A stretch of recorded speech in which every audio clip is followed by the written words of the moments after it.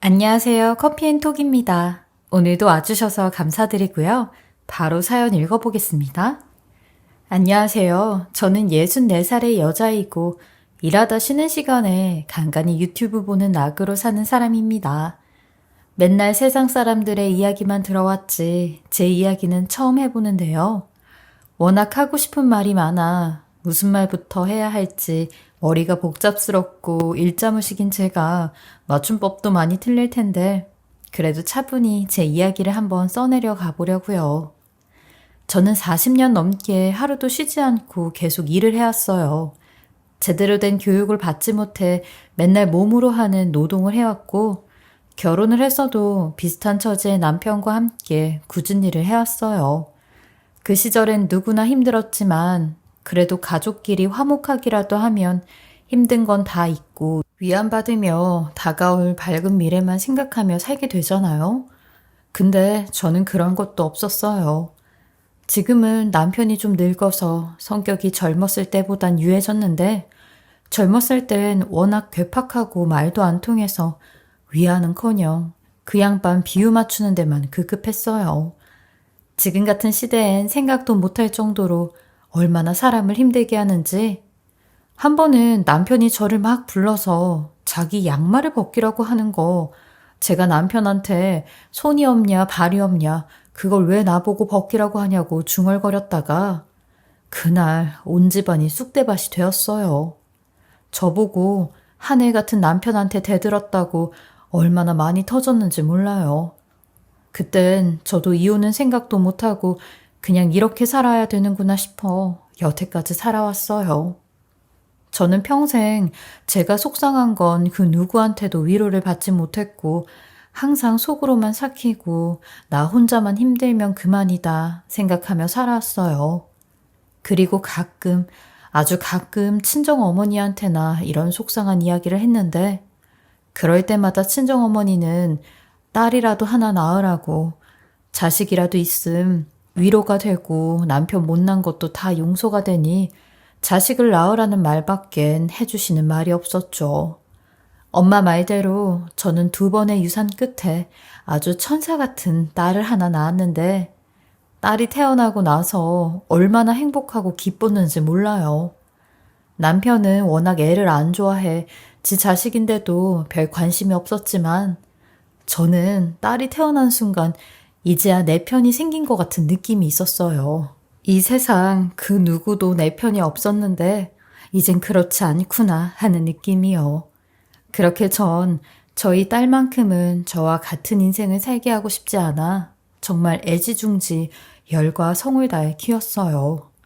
딸 하나만 낳아서 딸이 하고 싶어하는 것들을 다 해주고 싶었죠. 돈을 벌러 다니면서도 주말이 돌아오면 그 어린 딸을 등에 업고 들이고 산이고 바다고 혼자 버스를 타고 기차를 타며 딸에게 좋은 걸 보여주고 경험시켜주려고 엄청 다녔어요. 딸이 중학교를 들어가기 전까지 그렇게 다녔는데 딸과 옛날 얘기를 하면 저나 딸이나 그 시절이 제일 행복하고 좋았다고 할 정도였죠.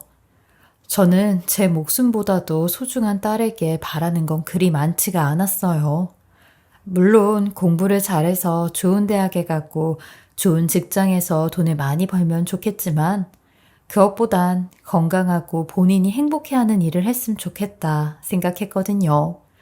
그리고 정말로 사랑하는 사람을 만나서 평생 즐겁게 엄마처럼만 안 살았으면 했죠. 근데 이렇게 사이가 좋았던 딸과 어긋나게 된 순간이 있었어요. 제가 딸에게 해서는 안 될 거짓말을 했는데 그 거짓말을 들키면서부터 딸과의 관계가 걷잡을 수 없이 틀어지게 되었죠. 제가 딸에게 제 자격지심 때문에 직업을 속였는데 그때 제가 가사도우미 일과 건물 청소 일을 했었어요. 새벽부터 점심때까지는 가사도우미 일을 하고 오후에는 건물 청소를 했거든요. 근데 딸한테는 조그만 무역회사에서 영업을 한다고 거짓말을 했었어요. 그리고 딸에게 제 거짓말이 들통난 건 절망스럽게도 제가 가사도우미로 일하는 집에서 딸을 마주하게 된 겁니다. 전 일부러 일을 구할 때도 딸과는 절대로 마주칠 수 없는 곳에서 일을 했는데 하필이면 그 노부부 주인집 손녀딸이 저희 딸이랑 같은 학원에 다니는 친구였던 겁니다. 게다가 원래 그 시간이면 딸도 학교에 가고 없는 시간인데 하필이면 그날이 시험 기간이었고 오전에 시험을 치르고 난 딸이 함께 시험 공부를 하러 친구 할머니네 집에 온 거였죠. 저희 딸과 그 집 손녀딸은 학교는 다른데 시험 기간이 겹쳐 온 거였다고 하더군요. 집주인 손녀딸은 저도 가끔 마주쳐서 얼굴은 알고 있었는데 그 손녀딸이 저희 딸과 학원 친구라는 건 정말 꿈에도 몰랐어요. 저는 양손에는 고무장갑을 끼고 머리는 땀으로 범벅이 된 채 주인집 할머니 발밑에서 청소를 하고 있었는데 그 모습으로 딸과 딱 마주치게 된 거죠. 제일 보여주고 싶지 않은 최악의 모습을 딸한테 들키고 만 겁니다. 딸은 순간 몸이 얼음장처럼 굳었고 저도 딸을 본 순간 너무 놀래 들고 있던 걸레를 떨어뜨렸어요. 어디 쥐구멍이라도 있으면 숨어 들어가고 싶을 정도였는데 주인집 할머니가 떨어뜨린 걸레를 제 쪽으로 발로 차며 더럽게 이걸 왜 떨어뜨리냐고 소리를 지르더라고요. 그러니 그 손녀딸이 제 딸에게 저 아줌마가 내가 말한 그 아줌마인데 저러고 맨날 우리 할머니한테 혼난다니까. 에휴, 나이 먹고 왜 저렇게 혼나고 살아? 학급 일 하면서 살아서 저런가? 아줌마, 그거 다 치우고 나서 깨끗한 손으로 우리 방에 음료수랑 먹을 것 좀 갖다 줘요. 우린 들어가자, 지혜야. 원래 싸가지 없는 주인집 손녀딸이었지만 제 딸 앞에서 저런 이야기를 하니 저는 심장이 요동을 쳤고 딸의 눈치만 보고 있었어요. 그러니 딸이 시뻘개진 얼굴로 그 애한테 갑자기 집에 일이 있는 걸 까먹었고 있었다며 오늘은 그냥 가봐야 될 것 같다고 하고 뒤도 안 돌아보고 나가더라고요. 저는 벌벌 떨리는 손으로 끝까지 일을 다 끝내고 집에 돌아갔어요. 맘 같아선 당장이라도 뛰쳐나가는 딸에게 달려가고 싶었지만 혹여나 그랬다간 주인집 손녀딸이 저와 딸 사이를 의심이라도 할까봐 딸의 체면을 지켜주려고 일은 끝까지 하고 나왔어요. 그리고 나오자마자 딸에게 전화를 걸었는데 아무리 전화를 해도 딸이 전화를 받질 않는 겁니다. 그러더니 나중에는 아예 전화까지 꺼놓는데 저는 바짝바짝 타들어가는 마음으로 곧장 집으로 가서 그날 저녁까지 딸을 기다렸어요. 그렇게 딸은 밤 11시가 돼서야 집으로 돌아왔고 절 보자마자 막 쏘아붙이더군요. 엄마가 왜 얘네 할머니네 집에서 일을 하고 있어? 엄마 회사 다닌다며. 여태 나한테 거짓말한 거야? 대체 언제까지 거짓말을 하려고 했는데 어디까지가 진짜야? 미안해, 지혜야. 엄마가 미안해. 거짓말한 거 잘못했어. 너한테 변명할 것도 없이 미안해. 여태 어디 있다 온 거야? 미안하다고 하면 그만이구나. 나는 그것도 모르고 예나가 자기 할머니네 가정부 욕할 때마다 나도 같이 욕하고 같이 욕보고 했는데 그럼 여태 내가 엄마 욕을 하고 엄마 욕을 보고 있었던 거잖아. 만약에 예나가 그 사실 알아버려서 걔네 학교랑 우리 학교까지 소문 다 퍼지면 어쩔 거야? 그때는 얼굴을 어떻게 들고 다니냐고. 이제 막 사춘기에 들어선 딸의 반응은 제 생각보다 너무 격했고 너무 거셌어요. 제가 아무리 타이르고 아무리 미안하다 사과를 해도 딸의 귀엔 제 사과와 제 변명이 들리지 않는 것 같았어요. 그날 이후 딸은 점점 어긋나기 시작했고 빗나가기 시작했는데 제 말은 아예 듣질 않았어요. 이미 거짓말쟁이가 된 제 입지는 점점 좁아지고 있었죠. 그렇다고 딸이 남편의 말을 잘 듣는 것도 아니었어요.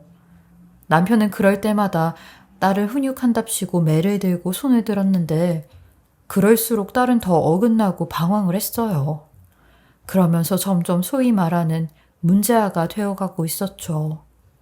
불량한 친구들과 어울리면서 하지 말아야 할 행동들을 했는데 그걸 중학교 2학년 때부터 했어요. 담배를 피우고 도둑질을 하고 심지어는 친구를 때려서 경찰서까지 가게 되었죠. 전 그때마다 학교로 불려가 선생님에겐 잘못했다 빌고 피해 학생에게 무릎을 꿇고 그 부모에겐 석고대죄를 했어요. 한 번은 피해 학생 부모가 저를 향해 그런 말을 하더라고요. 당신이 인생을 쓰레기처럼 살아서 당신 딸도 저 모양인 거야. 애들이 누굴 보고 컸겠어. 다 부모 보고 크는 거지. 어떻게 된 게 어른한테 사과 한 번을 안 하고 저렇게 눈을 부라리고 있어? 싸가지 없이. 우리 형부가 변호사인데 나 이거 가만히 안 둘 거야. 저렇게 싸가지 없는 것들은 아주 어렸을 때부터 싸게 잘라버려서 이 세상에 발도 못 디밀게 해야 된다고. 그런 말을 듣는데도 딸은 정말 눈 하나 깜짝 안 하고 콧방귀를 뀌었고 되려 무릎 꿇고 있는 제게 짜증이 난다고 하더라고요. 저 또한 그땐 이게 딸의 잘못이 아닌 다 제 잘못 같았어요. 내가 딸한테 거짓말만 하지 않았어도 애가 이렇게까지 어긋나진 않았을 텐데 나 때문이라는 죄책감에 온몸이 죄악으로 짓눌리는 기분이었거든요. 그렇게 딸은 중학교를 간신히 졸업했는데 고등학교는 가지 않겠다고 하더군요. 그러니 그날 또 남편이 난리가 났어요. 딸한테 왜 사냐며 나가 죽으라는 말까지 했고 결국 딸은 지 아빠한테 내쫓겨져서 가출까지 하게 됐어요. 남편은 저한테도 저건 자식도 아니라며 입 하나 줄었다고 없는 셈 치라고 하는데 저는 그런 남편에게 애비 노릇 안 할 거면 이혼하자고 나 혼자라도 딸을 키울 거라고 했어요. 그리고 매일 밤마다 딸을 찾으러 거리를 헤맸죠. 그러다 가까스럽게 딸을 찾았는데 세상에 딸이 지보다 3, 4살 많아 보이는 남자와 함께 지하방에서 동거를 하고 있는 겁니다. 너무 기가 차서 딸에게 그 남자를 신고한다고 하니 갑자기 딸이 흥분을 하며 나가라고 할 땐 언제고 이제 와서 부모 노릇을 하려고 하냐며 날카로운 걸 가지고 와서 지 몸에 대고 본인 죽는 꼴 보고 싶으면 신고해보라고 하더군요. 저도 그걸 보자마자 거의 졸도 직전으로 비명을 질렀고 다시는 안 오겠다고 하며 신발도 채 신지 못한 채 나왔어요. 딸은 제가 문 밖을 나가는 그 순간까지도 제 등 뒤에서 신고를 하거나 찾아오면 당신 보는 앞에서 콱 죽어버릴 거라고 하는데 일단 애는 살리고 보자 싶어 집을 나왔고 나오자마자 곧바로 119에 신고를 했어요. 딸이 피를 많이 흘린 것 같다고요. 저는 119가 올 때까지 목을 매며 울었고 집 밖에서 발만 동동 굴렀어요. 그리고 119가 와서 딸을 싣고 가서야 그제서야 숨을 돌렸죠. 그런데 이런 비극은 여기서 끝이 아니었어요. 그래도 저는 내 배 아파서 낳은 내 자식이니까 여기서 더 잘못되면 정말 큰일이란 생각에 일주일에 3번씩 딸 몰래 딸이 사는 곳 근처에서 지켜봤어요. 때를 봐서 그곳에서 데리고 나오려고요. 그리고 남편과 이혼을 하든 뭘 하든 어떻게든 저 혼자 딸을 키우려고 했어요. 그렇게 한 1년 정도를 지켜봤는데 역시나 딸은 그 남자와도 순탄치 않은 삶을 살고 있더라고요. 어느 날은 눈 한쪽이 시퍼랬고 또 어느 날은 무더운 여름에도 긴팔을 입고 다녔어요. 그리고 원래 말랐던 몸은 점점 더 말라가고 있었는데 애미가 돼선 자식의 그런 모습을 그냥 지켜만 볼 수 없었어요. 딸이 제 앞에서 죽는다고 해도 그 지옥 같은 곳에선 데리고 나와야겠다 생각해 무작정 그 집을 쳐들어갔죠. 근데 아니나 다를까 제가 그 집을 쳐들어갔을 때도 그놈은 저희 딸에게 손을 대고 있었고 유리로 된 테이블을 들어서 던지려는 순간 저는 초인적인 힘으로 온몸을 내던져 딸을 감쌌어요. 그리곤 유리가 깨지면서 유리 파편들이 제 등이고 어깨까지 다 박히게 되었어요. 딸은 그런 절 보자마자 비명을 질렀고 저는 딸의 비명소리를 마지막으로 아무런 기억이 나질 않았어요. 눈을 떴을 땐 병원 입원실이었는데 제가 과다출혈로 의식을 잃었고 유리 파편들에 어깨 근육까지 깊게 박히는 바람에 인대가 다 끊어졌다고 하더라고요. 바로 병원으로 왔으면 봉합수술을 더 일찍 받았을 수 있었는데 딸이랑 그 남자랑 실랑이를 하다 늦어졌다고 하더라고요. 결국 수술은 했지만 40%밖에 회복이 안 될 것 같다며 원래 인대 조직에는 혈관이 얼마 없는 편이라 혈액으로 공급되는 영양분의 양이 굉장히 적어 완전히 회복될 때까진 치료와 재활을 계속 병행해야 된다고 하더라고요. 그런데 이런 절망 속에서도 희소식이 하나 있었는데 저희 딸이 저 때문이라도 집으로 돌아오겠다는 겁니다. 그 말을 얼마나 듣고 싶었는지 저는 딸을 붙잡고 병원이 떠나려고 할 듯이 펑펑 울었어요. 딸은 제가 다치고 나서야 정신을 차렸고 학업은 어차피 늦었으니 곧바로 취직을 한다고 했어요. 그렇게 18살 때 미용실에 취직을 해 미용학원을 다니며 일을 배웠고 그 나이 때 애들보단 조금 빨리 사회생활을 시작해 돈도 벌고 경력도 쌓았어요. 그리고 남자도 질렸다며 연애도 안 하고 친구도 안 만나고 그저 일에만 매진하며 살았어요. 일주일에 한 번 쉬는 날도 저랑 같이 병원에 가거나 같이 시간을 보냈는데 10여 년 전 제가 딸에게 해주었던 추억들이 생각나더라고요. 딸도 마찬가지로 저랑 함께한 추억들이 다 기억난다고 했어요. 엄마는 그렇게 헌신을 다해 나한테 잘해줬는데 난 그동안 엄마 속이나 썩이고 아프게만 했네. 너무 미안해. 못난 딸인데도 나 끝까지 붙잡아주고 기다려줘서 고마워. 엄마 나 이제 진짜로 제대로 살 테니까 엄마도 나 버리지 마. 그럼 엄마가 널 왜 버려. 넌 내 인생 전부인데 엄마도 고마워. 이렇게 다시 돌아와주고 또 잘 살아줘서. 내 딸. 딸은 20살 중반까지 저금도 꽤나 많이 한 상태였고 일도 본인 적성과 잘 맞는다며 평생 직장으로까지 여기고 싶다고 했어요. 그래서 되도록이면 빨리 독립을 해서 자기 가게를 하나 차리고 싶다고 했죠. 그런데 이런 간절한 마음 때문이었을까요? 운이 좋게도 딸과 친하게 지낸 원장님이 가게 3개 중에 하나를 딸에게 넘겼고 딸은 11년 만에 29살이란 나이에 사장이 되었어요. 그리고 또 5년 만에 목 좋은 곳에 분점을 하나 냈죠. 인생 끝날 때까지 끝난 게 아니라더니 저희 딸이 이렇게 성공할 줄은 정말 꿈에도 몰랐어요. 저한테 손가락질했던 사람들이나 가족들도 놀랬고 심지어 앱이라는 사람도 이제서야 나는 우리 치혜가 잘 될 줄 알았어 라고 하는데 어이가 없었어요. 진작에 그 전부터 자기 딸 좀 따뜻하게 받아주지.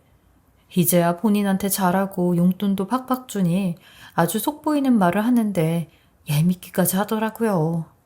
아무튼 전 엄마로서 너무 뿌듯하고 그냥 고마울 따름이었어요. 그리고 절대 결혼은 안 할 거라던 비혼주의의 딸이 생각지도 못한 때 결혼을 하겠다며 남자친구를 소개해주겠다고 하더라고요. 처음엔 좀 당황스러웠지만 일부러 저한텐 말을 안 하고 신중에 신중을 기했다고 했어요. 워낙 야무지고 똑똑한 딸이니 잘 골랐을 거라 생각하고 사위를 보게 되었죠. 사위는 딸의 미용실 손님이었는데 직업은 구급 공무원이었고 첫인상부터가 바른 생활 사나이였어요. 일찍이 부모님을 여의고 조부모님 손에서 자랐다는데 모난 부분 없이 티 없이 밝게 자랐더라고요. 그리고 딸이 사위에게도 본인의 과거 이야기를 털어놓았었다는데 사위가 그랬대요. 과거보다 현재가 더 중요하다며 본인은 신경 쓰지 않는다고요. 지금 이렇게 잘 살고 있지 않냐며 나를 위로해 주었다는데 저도 늘 그 부분이 마음에 걸렸었는데 사위가 그렇게 이야기를 해주었다니 너무 고마울 따름이었어요.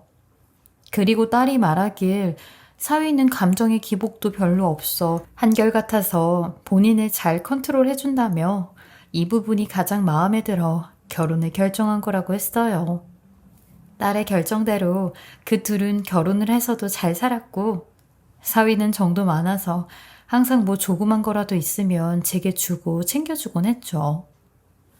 어머님, 제가 아무래도 공무원이다 보니 대기업 다니는 사람들보단 월급이 적지만 이번에 성과금이 좀 나와서 어머님 용돈 좀 챙겼어요. 이거 얼마 안 되지만 장인어른이랑 맛있는 거 사드세요. 아이고 윤서방, 지난달에도 용돈 줬잖아. 자네야말로 이걸로 지혜랑 뭐 맛있는 거 사 먹지. 번번이 나랑 장인 챙기느라 이거 미안해서 어째. 아이고 뭘요. 제가 드리고 싶어서 드리는 건데요. 제가 얼른 승진해서 어머님 용돈도 더 드리고 할게요. 사위 사랑은 장모라고 저도 이런 사위가 예뻐서 뭐 하나라도 더 주곤 했네요. 사위는 딸의 사업이 힘들 때나 어려울 때도 항상 기복 없이 묵묵히 지켜봐 주었는데 늘 말없이 딸을 많이 도와줬어요.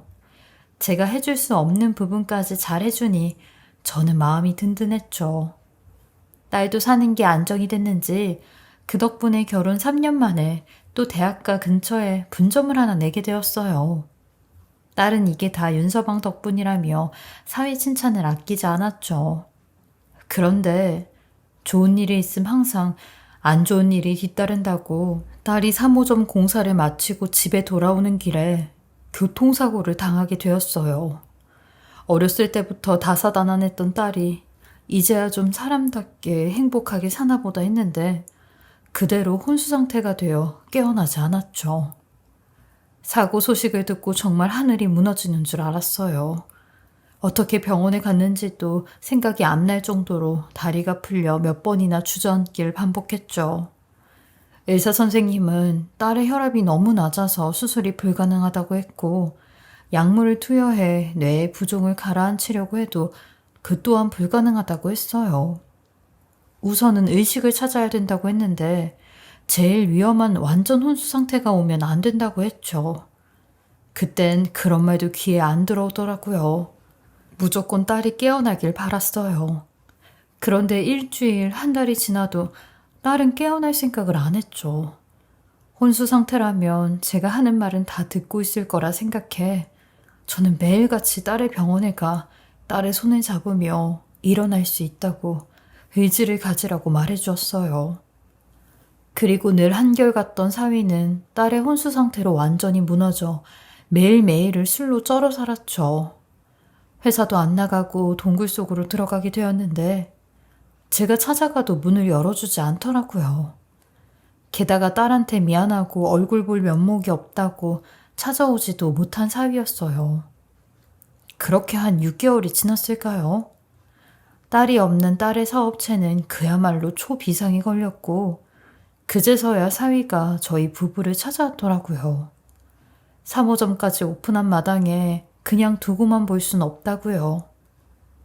아버님, 어머님, 제가 공무원 그만두고 지혜 대신 사업 운영하면서 지혜 깨어날 때까지 기다릴게요. 이 사업 지혜가 어떻게 키우고 일군 건데 그대로 무너지게 둘 수가 없을 것 같아요. 나중에 지혜 깨어났을 때도 잘 지켰다는 거 보여주고 싶어요. 그렇게 하도록 허락해 주세요.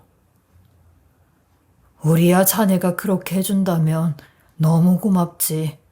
근데 자네 힘들게 공부해서 공무원까지 한 건데 괜찮겠나? 그래, 나도 장인어른 말대로 너무 고마운데 그게 제일 마음에 걸리네. 우리가 뭐 아는 것도 없고 나서서 할 수 없는 것도 없으니까 발만 동동 구르고 있었거든. 그래서 지혜가 가장 소중히 여긴 걸 제가 지켜주고 싶어요. 지혜가 소중한 건 저한테도 소중하니까요. 사위의 말대로 저희 딸의 사업체를 전적으로 사위에게 맡기기로 했고 사위는 미용 기술이 없으니 직원 관리와 매장 관리 그리고 운영 회계를 도맡아 한다고 했어요. 그리고 저는 그런 사위를 대신해 딸을 돌보는 데만 집중하기로 했죠. 그러던 어느 날 사위가 저녁 늦게 딸의 병원에 찾아왔는데 혼자 온 게 아니라 직원 3명과 함께 왔더라고요. 딸의 상태를 아무에게도 보여주지 않으려 했던 사위였는데 그 직원들은 딸과 오랫동안 일을 한 사람이어서 데리고 왔더군요. 그중 한 명은 누워있는 딸을 보곤 오열을 하는데 너무 늦게 와서 미안하다고 하는데 그 모습에 다들 눈물을 훔쳤어요. 근데 이상하게 그 이후로 사위가 그 직원이랑 저희 딸을 자주 보러 오더라고요. 그러다 결국 사달이 나고 말았어요. 제가 병원에 없는 사이에 사위가 또 그 직원과 함께 병문안을 왔는데 1인실을 쓰는 딸의 입원실에서 둘이 외도를 하다가 관계 장면을 간호사한테 들켰다는 겁니다. 그걸 간호사가 이야기하는데 사위가 저한텐 절대 말을 하지 말아달라며 돈까지 줬다네요. 근데 그 간호사가 도저히 양심에 찔려 제게 돈을 돌려주며 그 말을 하는데 그걸 듣곤 피가 거꾸로 솟아서 눈에 핏줄까지 터졌어요. 어떻게 혼수 상태로 누워있는 저를 옆에 두고 그 짓거리를 할 수 있냐며 둘 다 미친 것들 아니냐며 방방 뛰었죠. 당장이라도 사위 멱살을 잡아 족치고 싶었고 그 상간녀는 때려잡고 싶은 심정이었는데 그 간호사가 제게 감정적으로 하면 안 된다며 물증이 있어야 된다고 하더라고요. 전 그 말을 듣고 바로 변호사를 찾아가 제 상황을 설명했어요. 그러니 변호사도 외도 증거를 모아야 된다며 그걸 토대로 대리 이혼 소송을 진행하면 된다고 하더군요. 그렇게 저는 누워있는 딸을 대신해 사위놈 모르게 증거를 모아야 했어요. 역시나 사위놈은 그 간호사에게 불륜 행각을 들킨 이후로 병원에 오지 않았고 딸의 병원을 더 좋은 데로 옮기자고 하더라고요. 딸을 위하는 척 생각하는 척 하면서 지 더러운 행각을 감추려 한 거죠. 저도 옳다구나 싶어 딸 병원을 바꾸는데 동의를 했어요. 그래야 입원실 곳곳에 녹음기와 소형 카메라를 설치해 그 둘의 불륜 행각을 잡을 수 있으니까요. 그리고 나서 사위와 그 직원을 유인했어요. 근데 윤서방, 그때 우리 지혜 보고 울었던 직원 말이야. 그 직원은 요새 왜 안 와? 우리 지혜를 많이 생각해주고 기억해줘서 너무 고마웠는데 병원도 옮겼으니까 나도 얼굴 좀 볼 겸 같이 한번 와. 반찬도 좀 전해주게. 네 장모님, 그렇지 않아도 박 실장이 지혜 보고 싶다 했었는데 언제 한번 데리고 올게요. 요즘 바빴거든요. 그리고 얼마 뒤 사위는 그 여자를 데리고 병원에 왔고 저는 제 계획대로 그 둘만 남겨놓고 급한 일이 있다며 먼저 병원에 나왔어요. 제발 둘이 뭐라도 해라 하는 마음으로요. 그래야 증거를 잡을 수 있으니까요. 동동거리는 심정으로 사위가 병원에서 나왔다는 연락만 기다리고 있었고 한 두어 시간 뒤에 병원에서 나왔다는 연락을 받자마자 불이 나게 병원으로 가 녹음기며 소형 카메라를 회수했어요. 그리고 바로 확인할 수 있는 녹음기부터 재생을 했죠. 역시나 제가 나가자마자 그 둘은 누가 봐도 연인처럼 보이는 대화를 이어나가는데 그 말들이 너무 충격적이었어요. 오빠, 이번에는 조심하자. 그때처럼 또 걸리면 큰일 나. 하필이면 그때 갑자기 우리 둘 다 필 받아서 주체를 못했지. 근데 은근히 스릴 있고 재밌지 않았어? 그렇긴 했지. 짜릿하더라. 그런 김에 오늘도 그때처럼? 아우, 진짜. 오늘은 우리 집으로 가자. 내가 서비스 확실하게 해줄게. 만약에 들키면 그땐 진짜로 큰일 나. 알았어. 그래도 다행인 게 병원으로 옮겨서 운이 좋았어. 그리고 장모도 아무 소리 없는 거 보니까 그 간호사도 확실히 입 닫은 것 같고. 하긴 내가 돈을 얼마나 줬는데 지 한 달 월급은 그냥 꽁으로 번 거야. 그렇게라도 했어야지. 근데 오빠, 내가 어디서 봤는데 혼수 상태라고 해도 다 듣고 있다고 하더라. 그럼 오빠 와이프도 다 듣고 있겠다. 할 게 뭐야. 그리고 지가 들어봤자 어쩔 거야. 일어나지도 못하는 주제. 지금 2년째 이러고 있는데 일어날 사람이었음 벌써 일어났겠지. 암튼 나는 이 사람 죽기만을 기다리고 있다. 쟤가 빨리 떠나야 제게 다 내게 되는데 우리 자기도 힘들지만 조금만 더 참아. 쟤 가면 눈치 보는 것도 이제 끝이야. 우리 자유롭게 살아갈 수 있다고. 이 내용 외로 더 많은 내용들이 있었는데 딸이랑 결혼을 한 것도 결국 딸의 돈 때문이었다더라고요.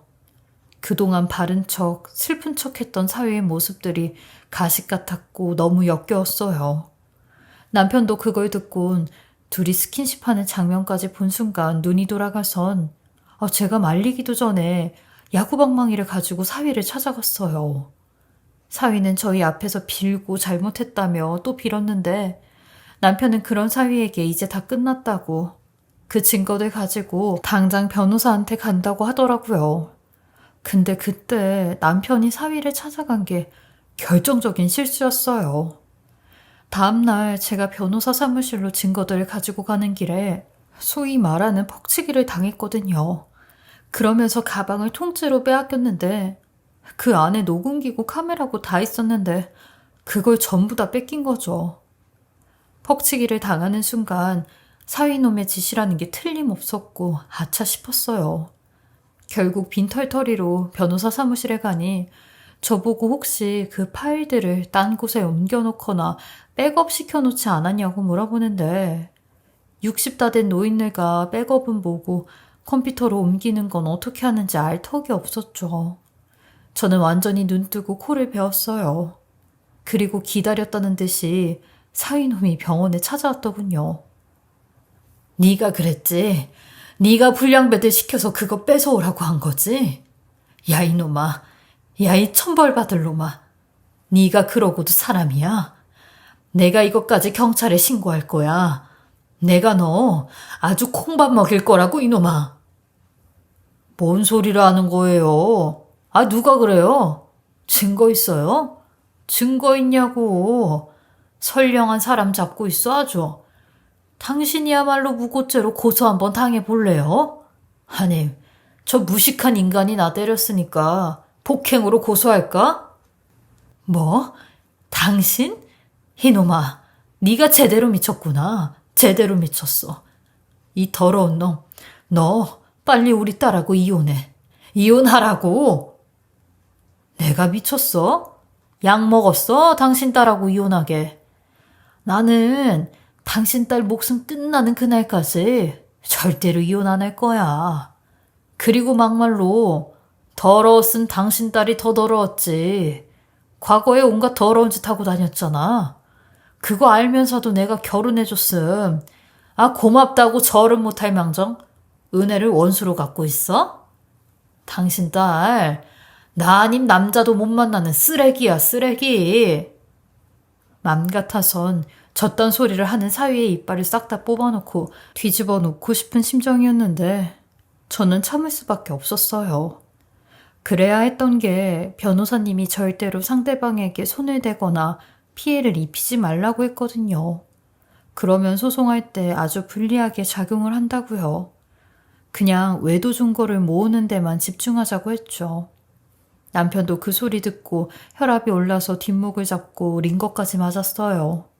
근데 문제는 이 악랄한 사위놈이 그 이후부터 아무런 증거를 안 남기는 겁니다. 그 바람핀 실장이란 여자는 미용실에서 해고까지 시키고 절대 만나지 않는데 사람까지 붙여봤지만 물증이 하나도 나오지 않았어요. 되려 그 둘이 헤어진 것 같다고 하더군요. 환장할 노릇이었고 미치고 팔짝 뛸 심정이었어요. 그리고 이런 답답한 상황이 계속되던데 새벽에 갑자기 병원에서 연락이 왔는데 지금 당장 오라는 연락이었어요. 저는 그 소리를 듣자마자 심장이 덜컹해 혹시 딸이 잘못됐냐고 물었어요. 근데 제 걱정과는 달리 딸이 깨어났다는 소리를 듣게 되었죠. 남편과 저는 곧장 병원으로 달려갔고 저희 부부는 정말로 깨어난 딸을 2년 3개월 만에 마주하게 되었어요. 병원에선 정말 극적으로 의식을 회복했다며 당장은 일상생활이 힘들지만 눈을 깜빡이거나 표정을 짓는 방법으로 서서히 소통을 할 수 있다고 했어요. 일단 딸이 깨어나서 너무 놀랍고 너무 기쁘지만 사위에겐 절대로 이 사실을 알리면 안 됐어요. 그렇게 저랑 남편은 변호사님과의 상의 끝에 사위가 알 수 없는 곳으로 병원을 또 옮기기로 했어요. 사위놈이 알 수 없는 산속 깊은 요양병원으로 옮겼는데 딸은 그곳에서 물리치료를 받으며 서서히 소통을 하기 시작했죠. 딸의 의지는 생각보다 강했고 몇 달도 안 돼 돌진한 아기처럼 소리를 내며 키보드로 본인이 하고 싶은 말 정도는 쓸 수 있게 됐어요.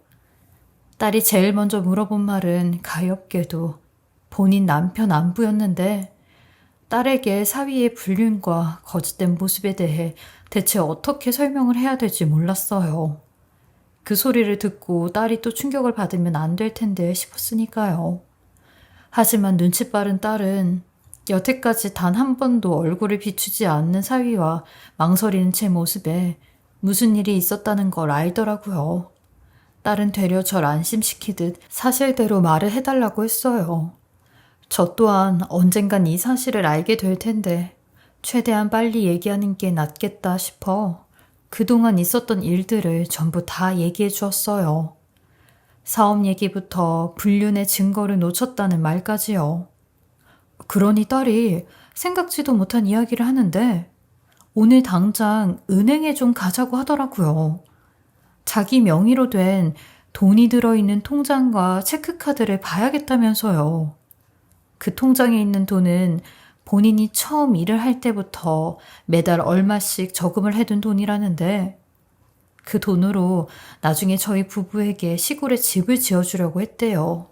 근데 그 통장이 체크카드와 연동이 되어 있어 사위놈이 썼을 수도 있다고 하는 겁니다. 저흰 당연히 그 카드의 존재는 모르고 있었죠. 그렇게 딸과 함께 은행에 가서 통장 내역을 떼보니 놀랍게도 방금 전까지 돈을 긁은 내역이 있더라고요. 이 천하의 치졸한 사위놈은 지 카드도 있고 사업도 지가 굴리고 있으면서도 사적인 돈까지 제 딸의 돈을 쓰고 있었던 겁니다. 딸은 이걸로 외도의 증거를 찾아보라고 했고 변호사에게도 그걸 넘기니 변호사님이 생각지도 못한 희소식을 알려주는데 사위놈을 외도뿐만이 아니라 절도죄로 고소를 할 수 있다고 하는 겁니다. 원래 가족끼리는 절도로 신고를 해도 벌을 안 받는데요. 근데 이 사건을 법적으로 보면 피해자가 저희 딸이 아닌 현금 인출기 관리자가 피해자가 돼서 절도죄가 성립이 된다네요. 쉽게 말하자면 사위놈이 제 딸의 카드를 훔쳐서 그 카드로 현금을 인출했기에 피해자가 현금 인출기 관리자가 돼서 절도죄가 성립이 된다는데 과거에도 이런 사건이 있었다며 사위를 형사처벌까지 할 수 있다고 하였어요.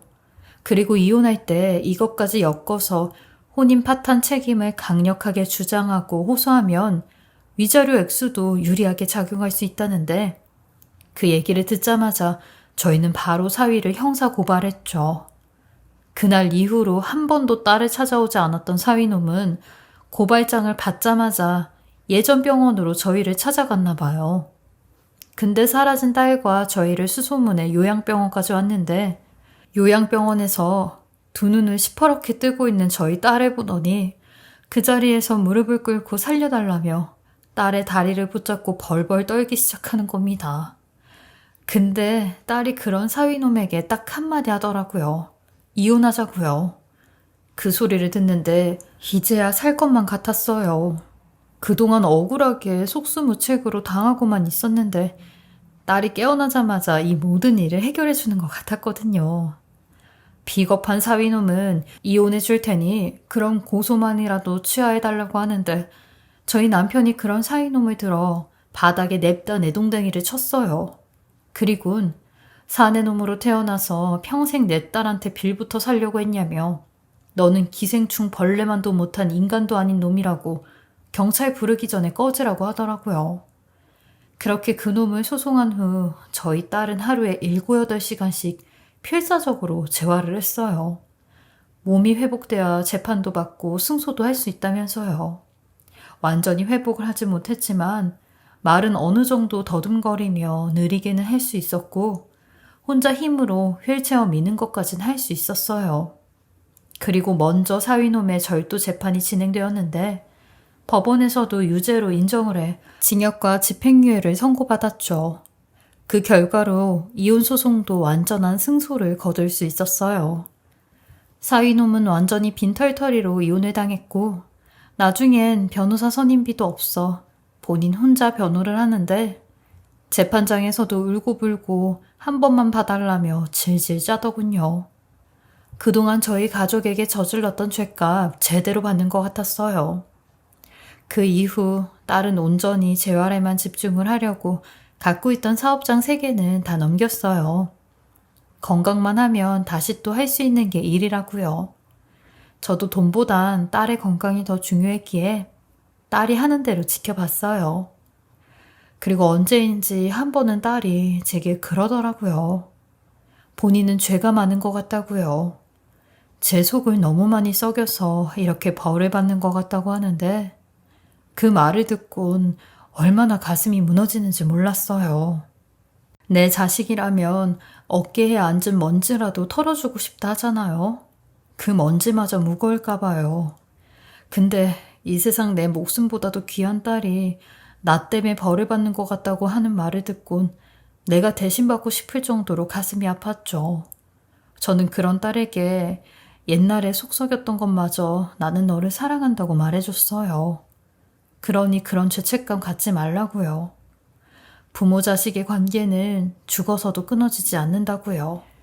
요즘은 정말 많이 회복된 딸과 간간히 주말마다 교외로 나가 콧바람도 쐬고 밥도 먹고 차도 마시고 하는데요. 꼭 딸 8살 때 같이 했던 것들을 다시 하는 기분이에요. 다신 돌아오지 않을 추억이라 생각했는데 이렇게 새로이 느끼고 있어 더할 나위 없이 행복한 날들입니다. 여러분들에게도 늘 행복과 평안이 가득하시길 바라며 제 이야기 잘 들어주셔서 감사합니다. 지금까지 커피앤톡이었습니다. 오늘도 끝까지 함께 해주셔서 감사하고요. 저는 다음 영상으로도 찾아뵙겠습니다.